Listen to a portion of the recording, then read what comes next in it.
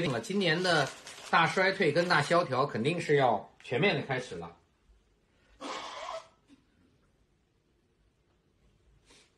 所有的领域全都绷不住了，所以跟国内的朋友提个醒，要开始手里有准备一些东西了。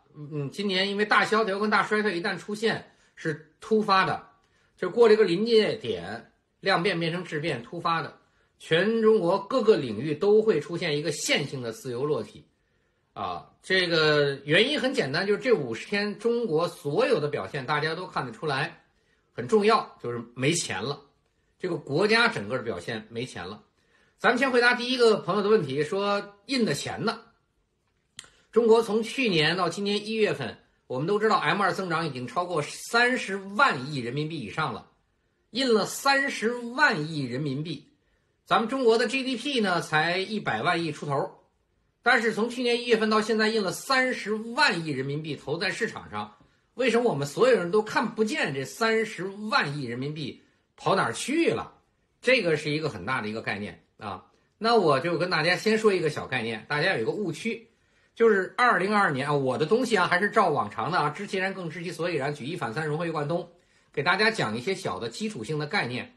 因为我发现在中国国内没有任何人跟大家讲一些基础性的东西，所有给大家讲基础的都是胡说八道，都是错的。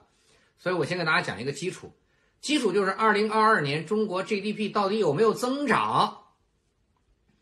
我们现在看到的所有官方资料都告诉你，中国国内官方资料告诉你，就是中国2022年 GDP 是增长的3点多增长。那是不是真的2022年中国 GDP 有增长？大家如果有愿意算的，很简单，你只要把人民币换算成美元，你会惊异的发现，中国2022年的 GDP 不但没有增长，而且是下降的，是衰退的。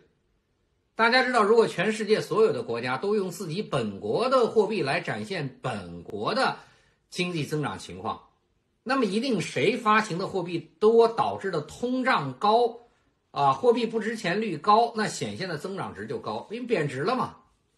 对啊，所以这种用本国货币来表达 GDP 增长的方式在国际上是不通用的。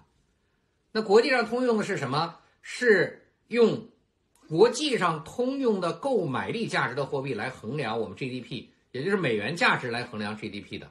这是第一个今天咱们讲的小知识点。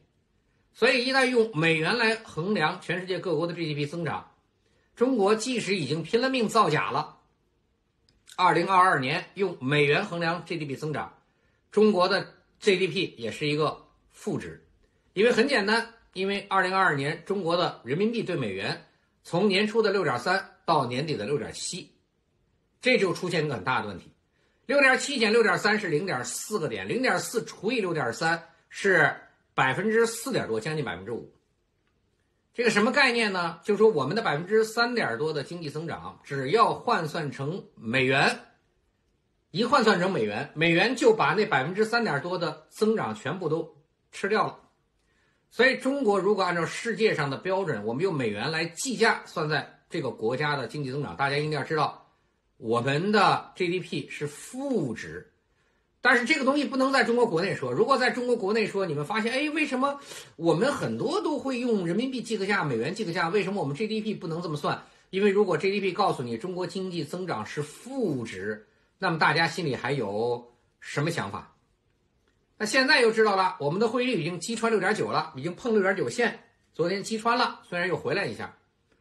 那现在你突然间发现不一样的在哪儿？2022年当汇率跌到 7.3 往回头的时候，很多的中国的专家，包括中国政府的喉舌的报纸，都在拼命的吹，不要试图做空人民币做空人民币下场很严重，人民币是很牛逼的，现在做空人民币你就死定了。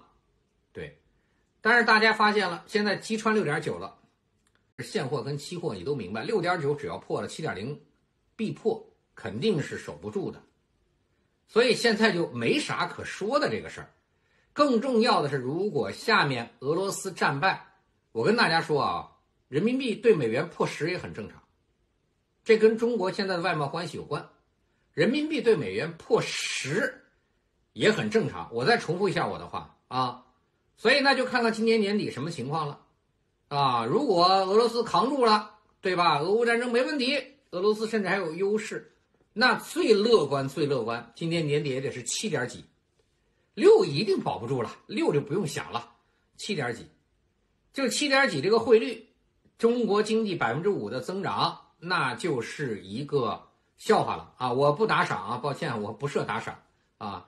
所以呢，那个，谢谢大家啊，谢谢大家，不用给我打赏啊。大家现在就挺那个什么的了啊，心我都特别烈，我已经很感谢大家了。做 TikTok 大家增加啊，特别感谢了啊，不用给我打赏，感谢啊。